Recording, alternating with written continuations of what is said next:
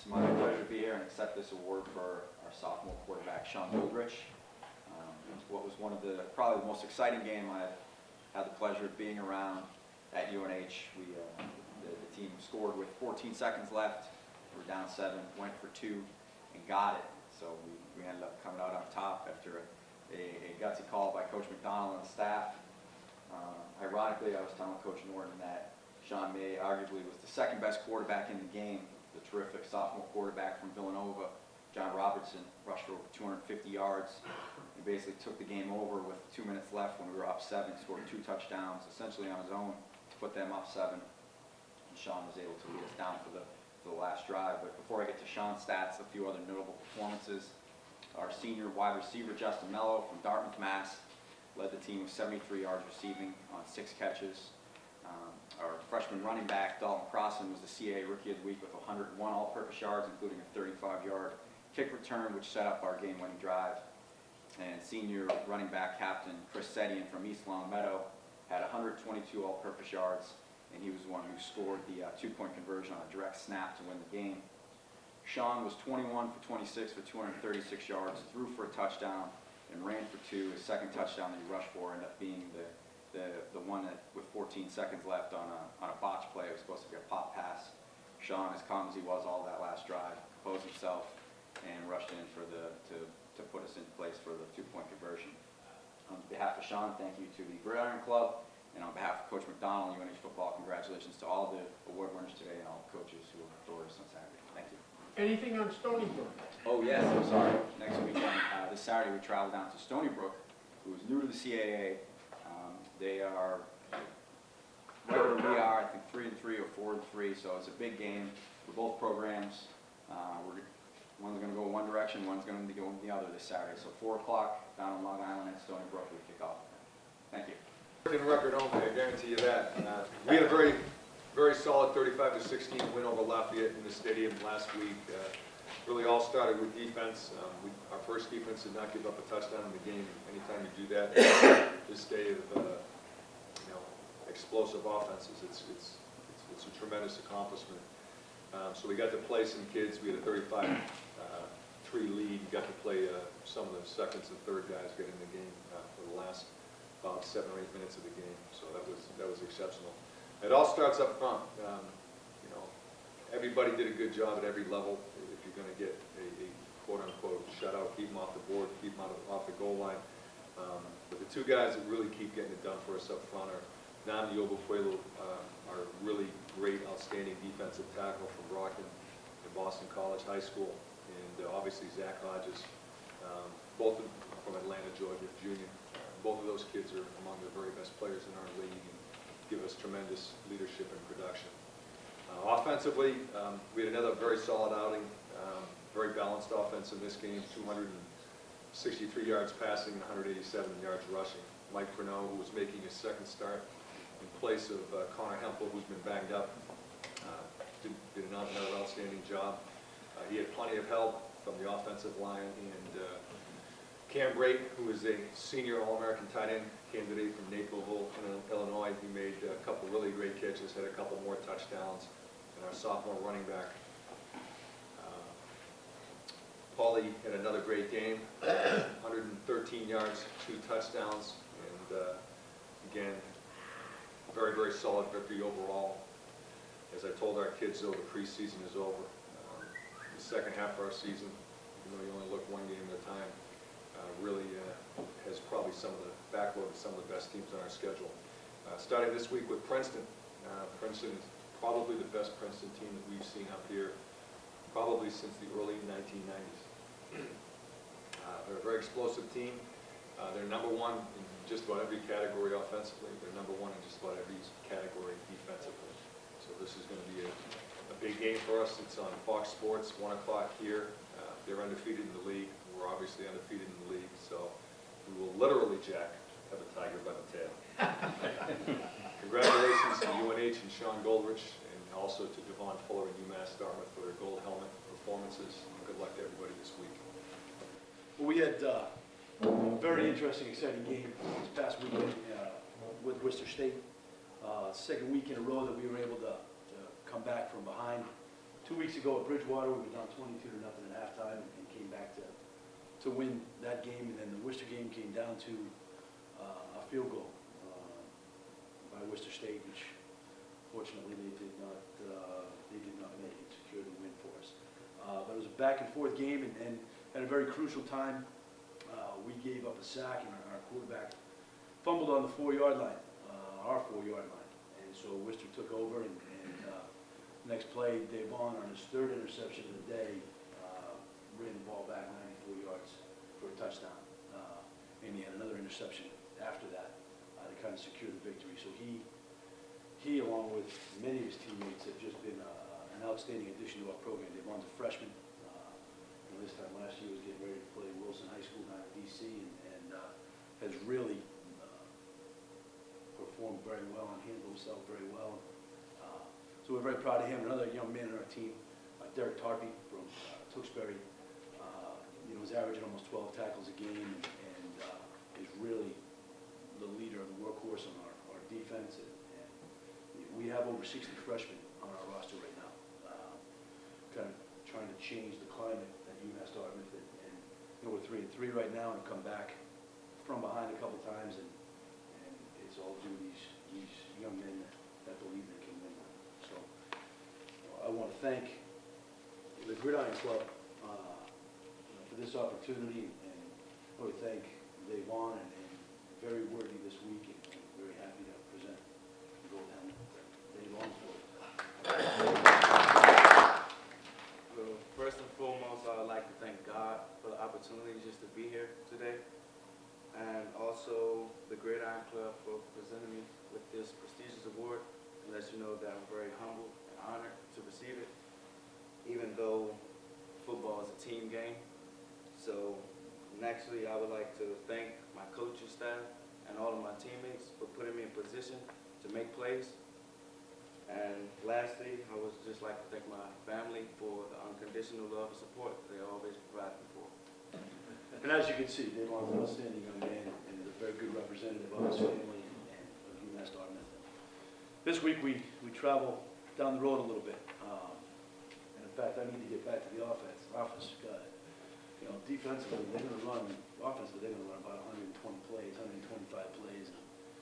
I got to get a couple of my water boys in shape to get out there maybe and play some defense. It's going to be a very interesting game. They really have their offense ready to go. With their 2 quarterbacks, outstanding running back, and experienced line, and we have our work cut out for us.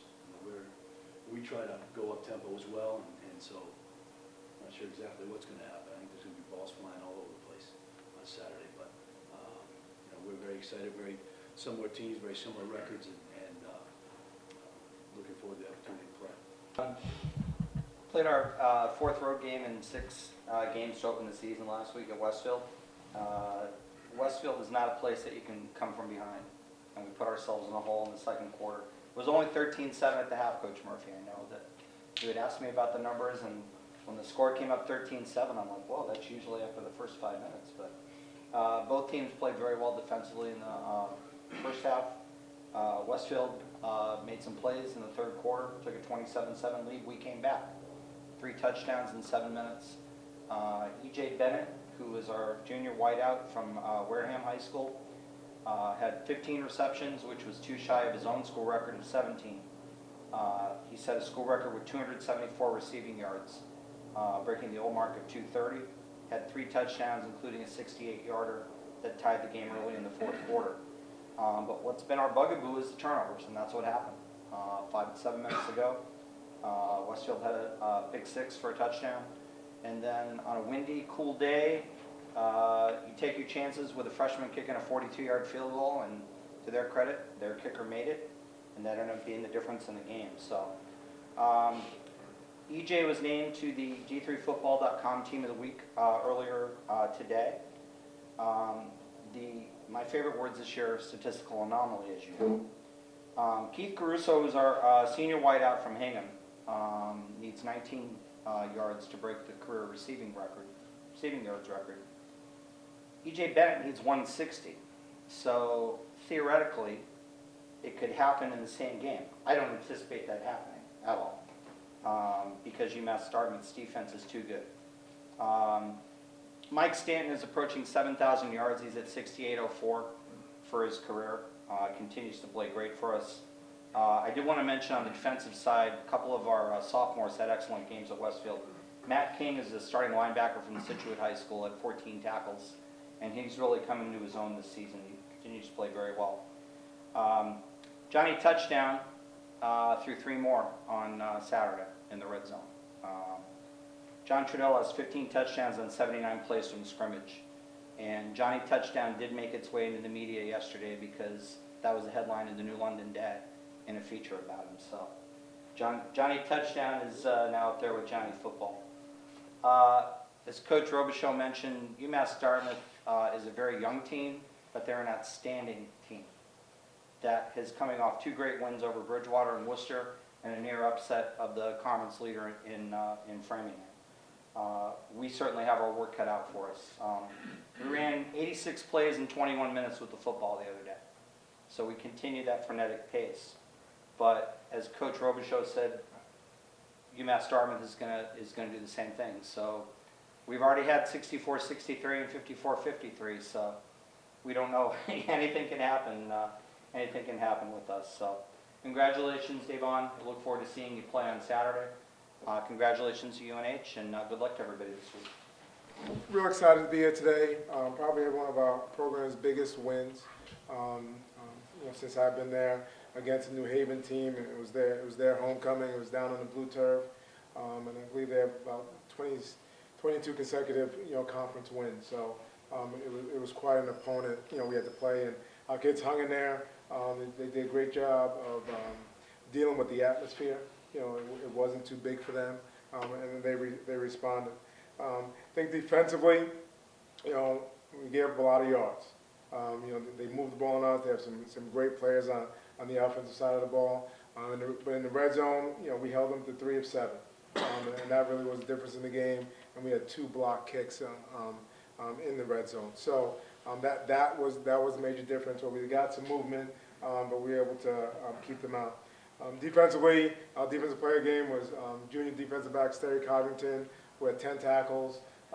He blocked the 2 kicks, and then had a sack on a fake field goal attempt. So really made a difference. And then junior linebacker Brian Harrington from Rockland, Mass, continues to lead the conference in tackles. He had 17 on the day, and he's a kid that just keeps on running sideline to sideline. Offensively, really had some people come through big for us. Sophomore Colin Marcus, a running back who's filling in for an injured running back, had 170 yards on the day. I believe they had been giving up 111 on the season defensively. So for him to be able to run and get that many yards really helped us set up a play action game, and we were able to throw the ball around the field. Our quarterback, senior Logan Meyer, continues to impress, and especially in big moments in the fourth quarter. Really came through big. And one of our receivers, sophomore, Gordon McLeod, had 6 receptions for 100 yards and a touchdown. So we played big. It was kind of a reversal of last year's game down there, where we went down and we were able to score at the end of the game with 20-some seconds left. Unfortunately, we had to kick the ball back to them. And they somehow made it all the way to the 5-yard line, our 5-yard line, and instead of going for the tie, and I think a lot of it had to do with the fact that we blocked 2 punts, they went for the win, and we were able to knock the ball away. So real excited. It's kind of one of those deals, and I think all coaches understand, where you get to enjoy that for about maybe 12 hours, and now we have to look forward to a post team that's coming in, and a post team that's, I think, record-wise isn't looking as strong as we had expected, but you should look at the film, and they're as talented as anyone in our conference. So we're going to have our hands full. They have a lot of weapons on offense. Their quarterback's a dual-threat person, and defensively, they're not giving up a lot. So we'll have our hands full. We're excited about the opportunity to be, tied for first in the conference right now, and we'll see how we kind of adjust to that role and how we play this weekend. Wish everybody the best of luck, and congratulations to Go Home Winners. Thank you. I'm not gonna bore you on how boring we are, because we didn't play last week, we had a bye.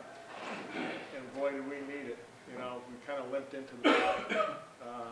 We just been sneaking by people, and, you know, we played a tough Umass Dartmouth team, they played us right to the gun, and it's been happening every week the last 3 weeks, so we had a bye, thank God.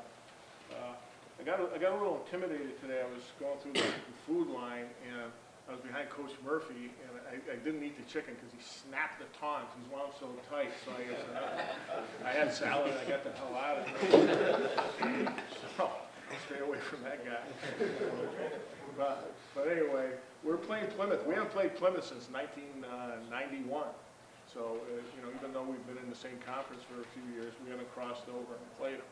So it's going to be good to get back to that rivalry, and we really respect what they do up there. The record isn't great, but they're well coached. They're tough kids, and like I said, we're coming off a bye week, so hopefully we don't have any ring rust on us, and we can't take anybody for granted because we're not that good. So we got to come with our A game and go after it. Congratulations to Sean and Devon for the gold helmets, and good luck to everybody. The Gold Helmet Award winners. Well, you have to win all 3 phases of the game if you want to win a football game. You got to go good on offense, good on defense, good on special teams. And we were horrified on special teams. I hate to say that, but we dropped a punt. We had a punt blocked for a touchdown, and we had another one where it was partially blocked for the one we went about 15 yards. And that was the difference in the game with Salve Regina. They tortured us by having great field position. We played all right, but they were a good football team, and I hate to say it, I think they played better than we did in almost all phases of the game. And we kind of gave it away to them in the first half, even though they didn't get a big lead. But it probably would have been no score at halftime, and we would have gone in with a lot of confidence, I think, at halftime. But we, again, special teams came back to haunt us. Kevin Fruworth had a pretty good game at quarterback, but we did not rush the ball very well against them. Had a heck of a touch. With their defensive line, they're very good. And we have a bye week, and then hopefully we've got a lot of injuries, and season-ending injuries, not just ones where kids can come back after a week. So hopefully we will get it turned around this week and head into next week. I wish we'd had a bye week, Coach Kelly. It's a lot more fun to come to this luncheon and talk about a win, but AIC came to our homecoming this past week, and it was 14-7 at the half. I thought we were hanging in there pretty good against a team that was more talented than we are. But they came out and scored 3 touchdowns in the third quarter, put it away, and we just couldn't get any traction after that. Looking for silver lining in the game, I would say it's probably Danny Guadagnoli, our quarterback from Framingham. He had almost 300 yards of offense. And Jeff Hill, our receiver from Mansfield, had, I believe, 9 catches. Those 2 guys did their part, but the rest of the football team just they tried. I'm not going to fault their effort, but I was talking to one of our defensive ends. They ran they pulled their guard and tackle. It was about 700 pounds coming around the end, and just flattened our defensive end, and our corner, and our linebacker. The defensive end comes in, and he's looking out his ear hole. I'm like, come on, Jesus, you got to. He says, Coach, what do you want me to do? I weigh, 210 pounds. There's 700 pounds of meat coming around the corner. So we just didn't match up with them physically. They're a big, strong, tough football team, and their quarterback is bigger than half our defensive line. That's no exaggeration. He's like 6'2", 230, 235. So the big young man had a stellar day, the quarterback, Kevin Ardino. So AIC kind of took a lot of wind out of our sails. There were 2 big games in Northeast 10 last week. Rob's game against New Haven and our game against AIC. The winners of those games kind of define where the league is going to shake out the rest of the season. So it wasn't that we didn't understand what was at stake and didn't play hard, but we just didn't put the game together in the second half like we did in the first half. Merrimack, like you said, Joe Clancy All-Stars. Joe Clancy 2 weeks ago was 51-71. This kid, he throws the football. They get 600 yards of offense a game. He's an extremely accurate quarterback. He's got a nice receiving core. I think they run the ball maybe 10 times a game. So we're actually going to be tested in the secondary, and I think it's going to be an interesting game. We've had good luck against them in the past. Their defense, they give up some points. I think they've given up 40 points 2 or 3 times already. So if we can get on track offensively, I think it's going to be a very interesting game. We're both 4-3. We're trying to salvage our seasons. Nobody wants to go 4-4 with kind of the schedule that we have in front of us. So we'll be ready to play. And again, it's hard to recover from a rear end kicking like we just got, but I expect that we'll show up and hopefully have some good luck against Joe Clancy and his All-Stars. Good luck to and congratulations, I should say, to the Gold Helmet winners. That's a great award, man. And good luck to all the coaches this week. Hello to Ed Schluntz, one of Tufts' favorite alums. Very exciting debut for Tufts freshman quarterback Alex Snyder up at Williams on Saturday. He's a 6'4" freshman from Colorado Springs, threw for 300 yards and 4 touchdowns in his first collegiate action. So that was very exciting. We scored 35 points, and his 4 touchdowns, those were our best numbers since October 2010. Greg Lanzillo, a junior receiver from Weston, Mass., sort of had a breakout game, 6 receptions, 100 yards, 2 touchdowns. So lost the game, but a lot of excitement going in to play Amherst this weekend. It's going to be interesting. We've got a new kid at quarterback. Amherst has 15 interceptions in 5 games, and that's without picking off a pass last week against Wesleyan.